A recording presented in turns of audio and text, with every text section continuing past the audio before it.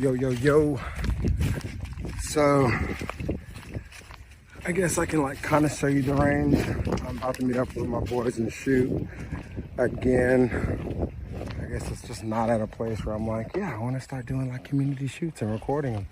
But I guess one day I will get there. But anyways, while I'm out here, I figured since I'm just getting down here, I would take a few shots at 100 because I think I got my sight dialed in. The other day, I think it was yesterday. Yesterday is when I was kind of going through trying to get my sight tape right. Which by the end of the day, praise God, I think I got it right. So we're gonna launch some long bombs again and see if it was just something with my form that I was doing incorrectly that ended up being pretty consistent, or if I was just out here figuring things out, you know?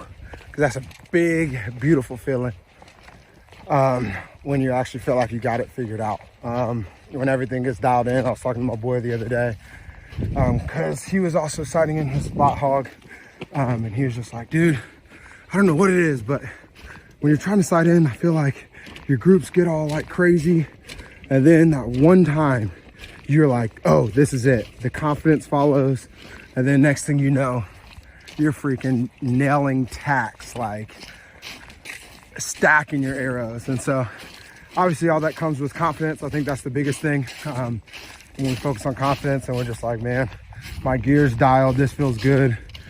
Then the confidence provides consistency. And I think MFJJ talks about it all the time, just working on your bow. That's why I kind of vibe with a good bit of his content. So anyways, we are out here at 100. It's where my turf ends. If you can see the target way over there, whatever that is. But yeah, about to set up the tripod and take a few shots since it is first few shots on the day, and we'll see how they fly. Wish me luck.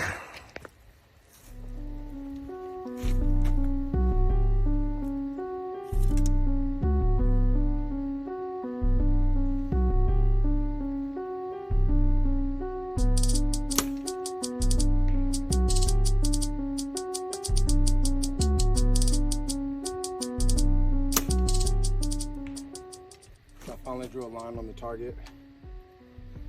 When it comes down to sighting in, it's about an inch worth, whatever the black part of the Sharpie is. I kind of use that as a measuring mark, and I leveled it as well.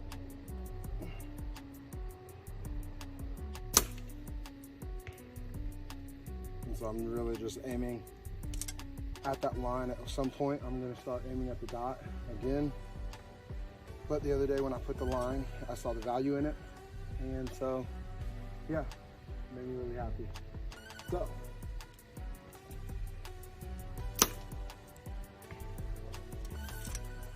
I have a tendency to miss left, and that one definitely hit left.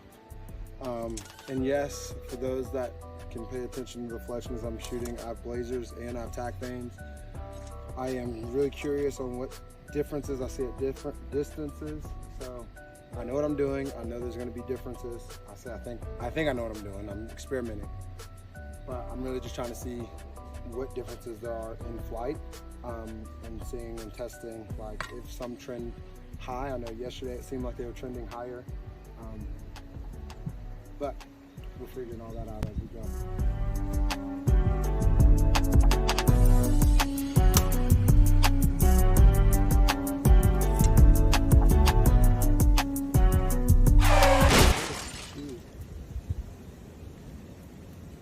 No way. Yo, my center serving just popped. Oh my God. That's funny and annoying for multiple reasons. Obviously, I probably shouldn't shoot this last one, but I've been really bothered by my center serving knock fit. And I've been tempted on buying a jig, but I've just been buying so many like little tools. I've been trying to like hold off on it. But at this point, that's just a must.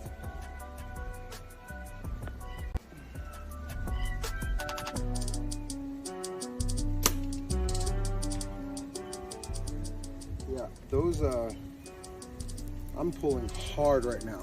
Like, 2 of them grouped well way left. And that's with my naked eye.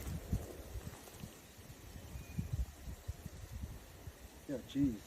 But this is the other thing I was experimenting with, as I was saying, like with the tack veins. I'm seeing the trends at distance, whether one holds true to where I'm aiming, and the other part of seeing which one might potentially get me a little bit more range. Because obviously the name of the game is see how far you can shoot.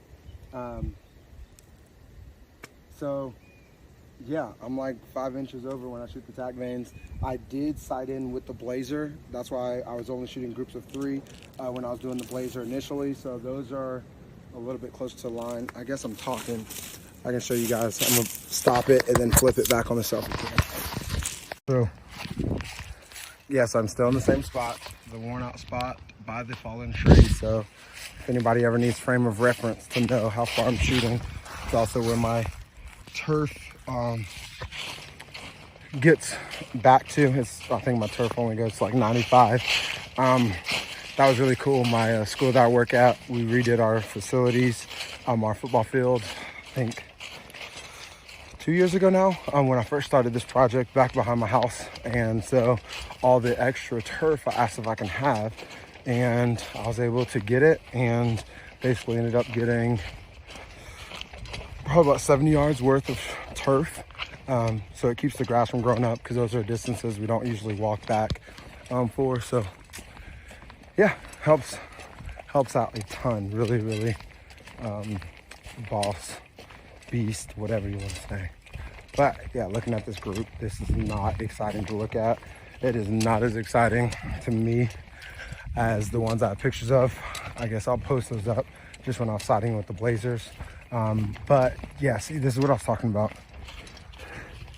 Just for the frame of reference, I'm finding that my tack arrows, even though this is far left, again, I wasn't worried about center, but this was like way off. Like I was aiming probably about here. So that was my fault, just in regards to rushing the shot.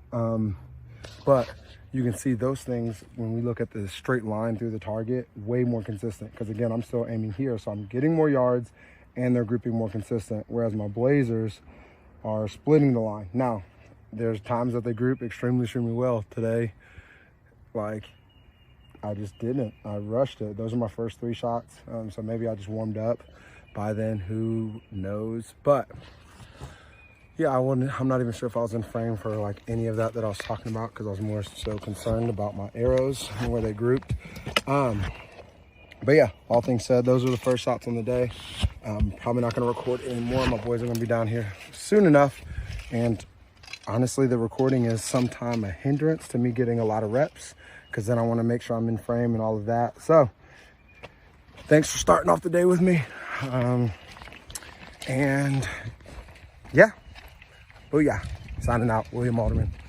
Here we go. Peace. Money, making crap for money.